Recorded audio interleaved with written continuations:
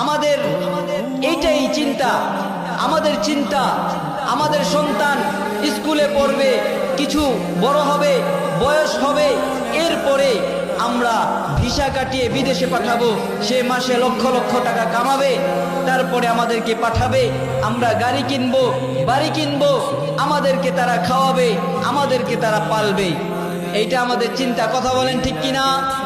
ঠিক বললেও ঠিক, ঠিক না বললেও ঠিক। কারণ আমাদের আখিরাতের চিন্তা নাই। আমাদের আল্লাহ কেন দুনিয়াতে পাঠাইছেন? যুবক ভাই, আমাদেরকে তো আল্লাহ দুনিয়াতে নারী, বেহায়াপনা, মোবাইল, টিভি, সিনেমার পিছনে সময় দেওয়ার জন্য, টিভি সিনেমার পিছনে, নারীর পিছনে, গাড়ির পিছনে সময় ব্যয় করার জন্য রব্বুল আলামিন আমাদেরকে দুনিয়াতে পাঠান নাই। যুবক ভাই, আজকে তুমি যেই নারীর পিছনে ঘুরছো, সেই নারী হতে পারে অনেক সুন্দরী, সেই নারী হতে পারে অনেক সুন্দর, সেই নারীর অনেক টাকা পয়সা থাকতে পারে, কিন্তু যুবক ভাই, তুমি যদি সেই নারীর মুখের মধ্যে একটা বড় ফোঁড়া দেখো, আর ফোঁড়াটা পেকে যদি পিক বের হয়, তুমি ওই নারীর মুখের দিকে থু মারবে।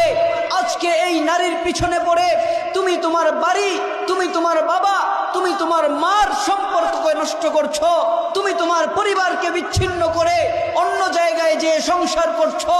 যুবক ভাই, শুনে রাখো, এই সংসারে কোনো বরকত হবে না যেই সংসারে বাবা মার কপালে লাথি মেরে সন্তান অন্য জায়গায় যে সংসার করে। কথা বলেন ঠিক কিনা? মুসলমান ভাইরে আমার, কথা খুব লম্বা নয়। আল্লাহ রাব্বুল আলামিন কুরআনুল কারীমের মধ্যে জানায়া দেন, মান কানা ইউরিদু হারসাল আখিরাতি নাজিদ লাহু ফি হারসি ওয়া মান কানা ইউরিদু হারসাদ দুনিয়া নুতিহি মিনহা ওয়া মা লাহু ফিল আখিরাতি মিন নসিব। আল্লাহু আকবার। আল্লাহ তাআলা কুরআনুল কারীমের মধ্যে জানায়া দেন, তোমরা যদি দুনিয়া